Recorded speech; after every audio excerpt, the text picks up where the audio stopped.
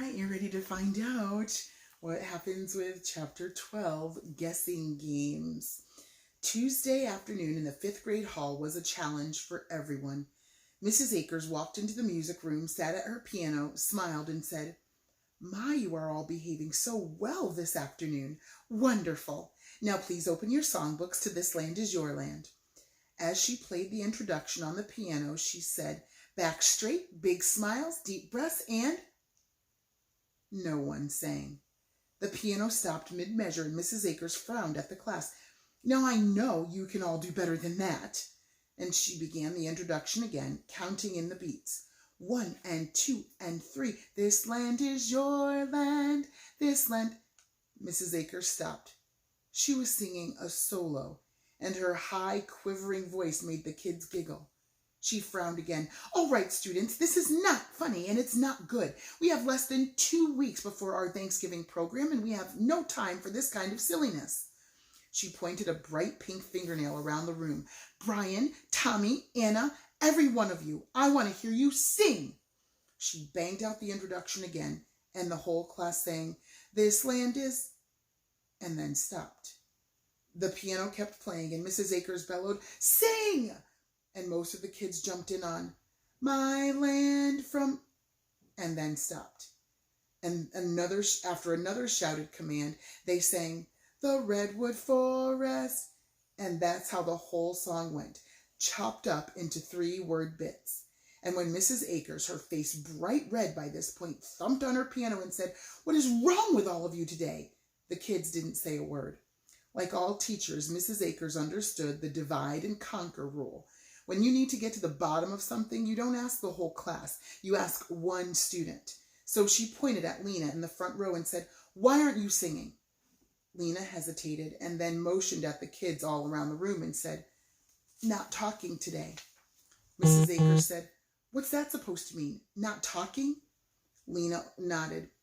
"Only 3 words." The music teacher was even more puzzled.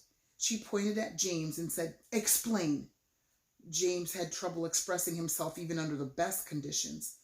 He gulped and took a deep breath. Then he said, "Not words, everyone." A light dawned on Mrs. Akers' face, and still talking to James, she said, "Oh, so is it like that project kids do when they take a vow of silence to protest how there's still slavery in Africa? I read about that. Is that it?" James looked lost. He shook his head. "Hard. Explain. Not." But Mrs. Akers felt like she had answered the riddle, or maybe partly answered it, and whatever was happening, she decided to be a good sport. Looking around the room, she said, "So tell me, can you all hum? Is humming allowed?" Everyone grinned and nodded like maniacs. "How about clapping? Can you clap in rhythm?" More smiles and nods. "All right then, here we go again," she ripped back into the piano. 1 and 2 and 3.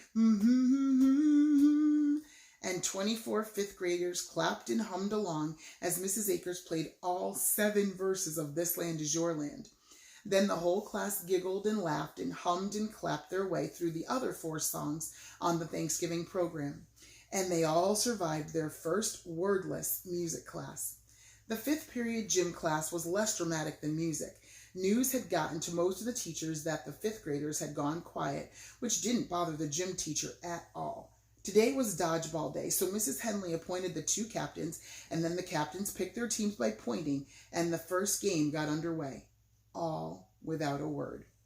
Dodgeball, which can be pretty serious anyway, seemed especially grim without the talking and shouting.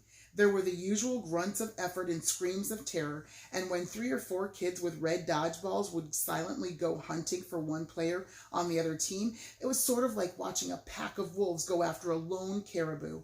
A motion of the leader's head, a movement toward the prey, and then whack, whack, whump! Dead meat. From the gym teacher's point of view, dodgeball was all about improving reflexes and getting a good large motor skills workout. And to accomplish those goals without any of the taunting and teasing and name-calling, that was just fine by her. Even so, Mrs. Henley watched all 3 games with great interest, and she saw how the kids communicated without words. And she noticed herself pointing and shaking her head and blowing her whistle instead of yelling. It It was nice to give her voice a rest.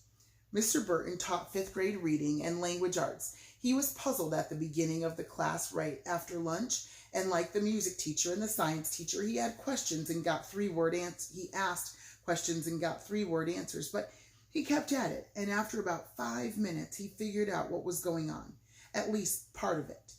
Unlike Mrs. Marlowe, Mr. Burton had a lot of patience and a pretty good sense of humor, and he couldn't see any real problem with having these kids be this well behaved. Anything that got the unshushables quiet was fine by him. Plus, he decided they could all have some fun with this limit of 3 words in a row. He picked a funny story from their reading textbook, a really short one, and he had the kids read it out loud, 3 words each, and as fast as possible, with him calling out the name of the next narrator. And when that story was finished, he said, "Okay, now I want you to make up a story." He picked up a meter stick and said, "When I point at you, say a 3-word sentence and listen carefully so you can make the story move forward. Here we go." The story started like this. A woman screamed. She was scared. It was dark. Oh no, snakes! One bit her. Ow, my leg! She limped outside. Her neighbor came. What's wrong? Snakes are everywhere. Are they poisonous? Yes, and smelly. Quick, my car. You saved me. Man, dead battery. Round and round the room the story went. The poor woman and her neighbor were eventually eaten by the huge orange lizards that came up out of the sewers and ripped the roof off the car. The lizards also ate all the snakes, but then some ugly tulips in the garden grew razor blade teeth and ate the lizards. And then the tulips burped giant burps, which created a tornado that made the Statue of Liberty fall over and crush a tugboat, excuse me, oh my word, sorry. And then the tulips burped giant burps, which created a tornado that made the Statue of Liberty fall over and crush a tugboat, which made a wave, excuse me, that washed all the way to the White House and got muddy water all over the president's polka-dotted underpants. It was quite a tale. The period ended, and as the students walked quietly out of the room, Mr. Burton got a lot of waves and smiles and thumbs up. And he waved and smiled back at the kids. No words were needed. It had been a successful class, fun, creative, lively, and everyone had used their word skills in new ways. Mr. Burton felt great. The next 40 minutes was his planning period, and then came the last class of the day, period 7. He had some papers to grade, but Mr. Burton was too excited because what these kids were doing, well, it felt like a once-in-a-lifetime chance to mess around with words and language and communication, to try something fresh, something special. After all, science teachers aren't the only people who like a good experiment. So Mr. Burton sat at his desk, thinking and thinking.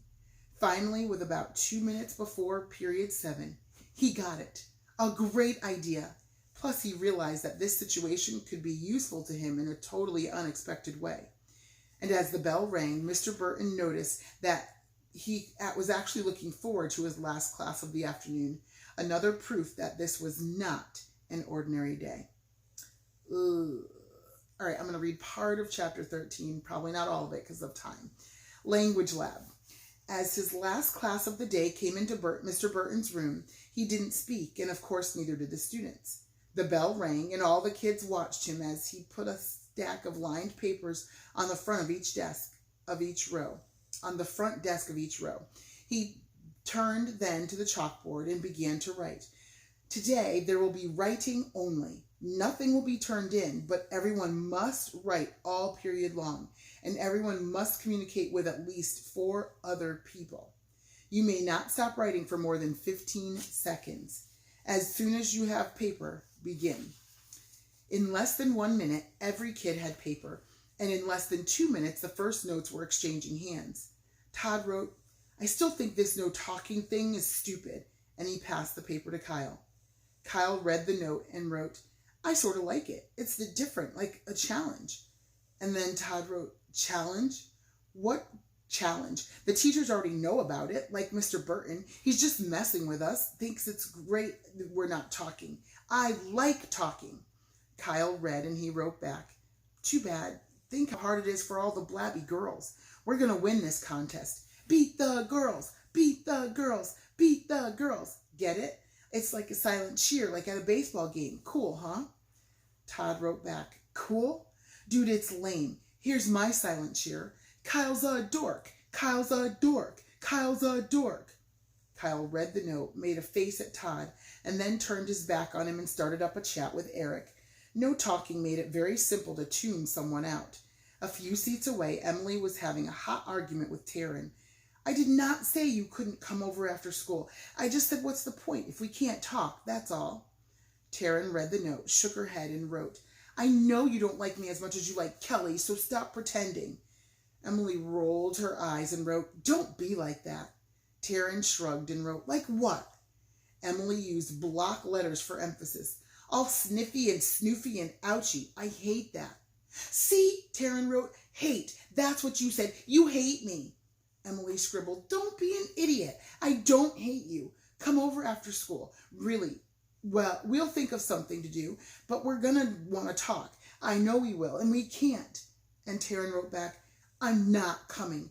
You think I'm an idiot.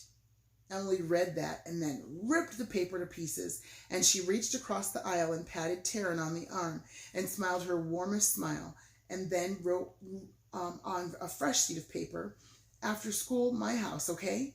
Taryn smiled back and nodded. All around the room, kids were having to figure out the new rules for communicating, and for most of them, writing was a lot harder than talking. It was slower, like instant messaging, only less instant and less fun because there was no computer to mess with. There was so much less give and take than there was with talking. The Unshushables weren't used to that at all. We'll have to wait to find out what else happens with our Unshushables tomorrow, so stay tuned. We'll see you then.